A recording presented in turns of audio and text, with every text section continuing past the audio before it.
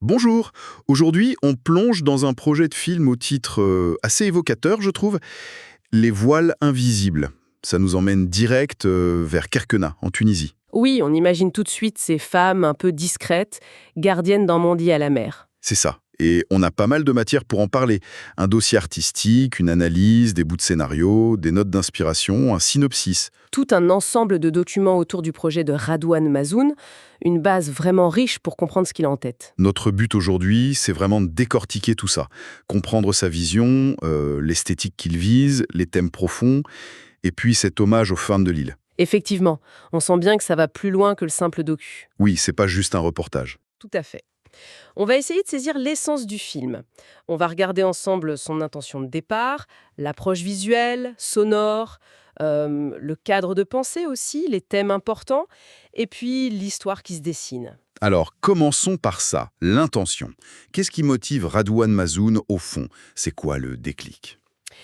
Ce qui est très clair dans ses notes, c'est ce désir de filmer ce qu'il appelle la mémoire vivante de la mer et de l'île. La mémoire vivante. Oui, incarnée par ces femmes, par leurs gestes de tous les jours.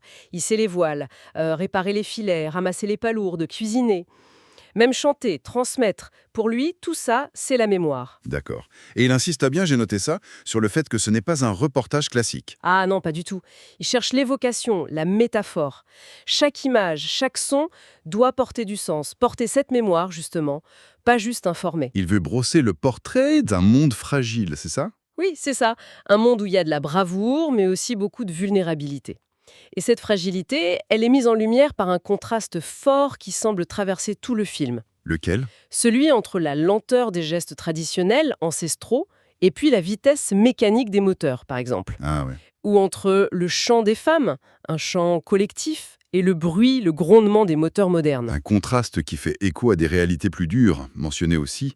La pêche qui devient difficile, le climat qui change, l'exil. Absolument. C'est ce que le réalisateur nomme la fracture, la déchirure dans ce monde traditionnel.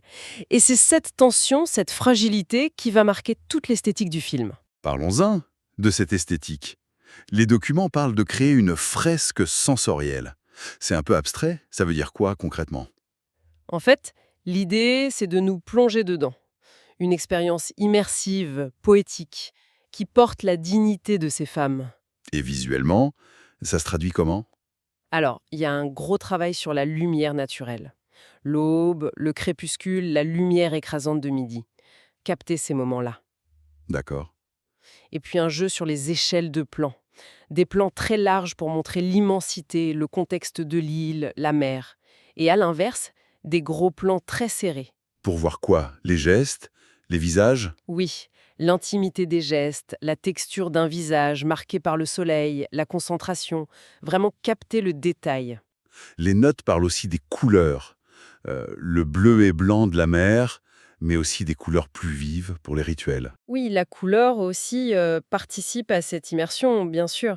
Et pour le son, c'est la même logique. Privilégier ce qu'il appelle le son organique. C'est-à-dire? Le bruit des pas dans l'eau, le claquement d'une voile qui se gonfle, les chants des femmes, des sons très concrets, très liés à cet environnement. Et les silences aussi, j'ai lu ça. Qualifiés de sacrés. Oui, les silences sont importants, comme des moments de respiration, de suspension. Et à l'opposé de ces sons naturels, de ces silences, il y a le bruit des moteurs. Les documents insistent là-dessus. C'est comme une intrusion. C'est ça, une vraie rupture sonore. Ça fait écho en fait à la fracture thématique dont on parlait. Le son devient presque un personnage, il marque ce changement brutal. Et le rythme du film lui-même serait lié à ça. Oui, le rythme naîtrait de la répétition des gestes. Ça ancre le film dans le temps long, celui de la tradition, des saisons, du travail patient. Donc tous ces choix, le son, la lumière, le rythme, ce n'est pas juste pour faire joli, il y a une réflexion derrière, plus théorique peut-être. Oui, tout à fait. Le réalisateur voit le cinéma comme un outil de mémoire, déjà, pour sauvegarder ce patrimoine immatériel. Et même, il parle d'une forme de résistance. Résistance. Une résistance discrète, oui. Il cite d'ailleurs des références, des cinéastes, des penseurs. Comme Robert Bresson, j'ai vu. Oui, Bresson pour le cinéma du geste.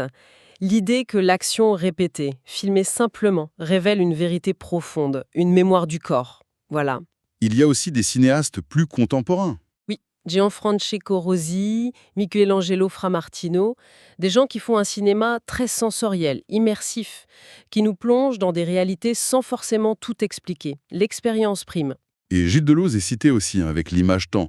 Ça peut paraître un peu abstrait. Comment ça s'applique ici? Deleuze parlait de ces moments où l'action s'arrête dans un film. Le temps s'étire, et c'est un regard, un silence, un chant, un geste simple qui devient hyper important, qui révèle quelque chose d'invisible. Ah d'accord. Et ça colle parfaitement avec l'ambition de Marouzon, je trouve. Capter l'impalpable, l'âme du lieu, des femmes. Donc, filmer ces gestes, ces silences, c'est plus que documenter. C'est déjà un acte en soi. Exactement. Un acte de préservation, presque politique, mais qui s'exprime par la poésie, par l'image et le son, pas par des slogans. C'est une posture de sauvegarde culturelle par l'art, en fait. C'est ça, face à ce qui menace ce patrimoine vivant. Et au cœur de tout ça, il y a un thème qui revient sans cesse dans les documents, cette formule mère nourricière, mère funéraire. C'est fort. Oui, c'est l'ambivalence centrale du projet. La mère à Carquena, c'est la base de tout, la matrice, celle qui nourrit depuis toujours grâce à la pêche. Les femmes sont en première ligne de ce lien. C'est leur gagne-pain, leur quotidien. Voilà.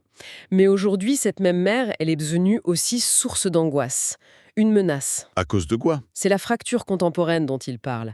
Ces femmes, elles voient les jeunes partir, l'exode clandestin vers Lampedusa sur des rafiaux. Ah oui, terrible. Et donc, la mère qui donne la vie le jour, elle devient celle qui, je cite une note, arrache les enfants la nuit. C'est une dualité vécue au quotidien et elle est tragique. Le film jouerait sur ce contraste alors, entre les gestes de vie, les rituels et ces départs nocturnes. Tout à fait. Et ça se voit même dans les symboles. La barque à voile traditionnelle, c'est l'héritage, la transmission, le respect de la nature. Et la barque à moteur? Souvent, dans ce contexte précis, elle est associée à la fuite, à la clandestinité, à la rupture, à une forme de violence aussi, faite à la mer et à la tradition. Et les femmes là-dedans? Elles sont décrites comme les gardiennes silencieuses de ce monde en déchirure. C'est une position complexe. D'un côté, elles subissent cette déchirure, elles portent la douleur des départs, de ce monde qui change trop vite. Oui. Mais en même temps, par leurs gestes qui continuent, par leur simple présence, elles incarnent la permanence, la résilience, la mémoire vivante face à la rupture. Des gardiennes silencieuses, oui, mais des piliers. Ce qui nous ramène au titre « Les voiles invisibles ». Maintenant, il prend tout son sens. Oui, il est très bien trouvé ce titre. Il joue sur plusieurs tableaux. D'abord, l'évidence, les voiles, des bateaux, des flouques de Carcana. Bien sûr. Mais un voile, c'est aussi le tissu, c'est le secret, ce qui est caché, et même le souffle de vie. Et donc, les voiles invisibles, ce sont les femmes elles-mêmes. C'est ça l'idée. Souvent effacées, discrètes, mais essentielles. Elles portent la mémoire, elles assurent la transmission, elles sont ce souffle, cette force cachée. C'est une belle métaphore. Oui. Et ça dépasse Carcana, ça touche à quelque chose d'universel. La dignité, le rôle fondateur de tant de femmes, souvent invisibilisées, qui tiennent nos sociétés. Pour incarner tout ça, le synopsis nous présente un personnage, Noura. Oui, Noura, c'est un peu l'archétype de ces femmes fortes et silencieuses. Son quotidien, c'est le travail, la pêche aux palourdes, réparer les filets, mais aussi transmettre à sa fille, participer au rituel de la communauté. Mais elle est aussi au cœur du conflit du film, cette tension entre l'ancien et le nouveau monde. Les ressources qui manquent, les moteurs qui arrivent. Et ça devient très concret dans sa relation avec son mari. Lui, il veut un moteur pour leur barque, pour pêcher plus, plus vite, pour remplir aujourd'hui, comme il dit. La pression économique, quoi. Et elle, Noura, elle résiste. Elle défend autre chose. La patience, les gestes qui préservent la mer pour l'avenir. Il y a un dialogue clé cité qui est très fort. Ah ouais. Exactement. Le court terme contre une sagesse plus ancienne, une écologie presque intuitive qui pense à la durée. Les extraits de scénarios donnent envie. Ils décrivent des scènes qui ont l'air fortes. On peut peut-être en évoquer quelques-unes? Oui, bonne idée. Il y a des scènes qui montrent le quotidien et la précarité qui monte, les femmes dans l'eau à l'aube qui disent que la mer est avare, Noura chez elle, inquiète devant son panier presque vide. Ça plante le décor. Voilà. Et puis, il y a des scènes sur la force du collectif, la transmission, la réparation des filets tout ensemble, où on se passe le savoir-faire.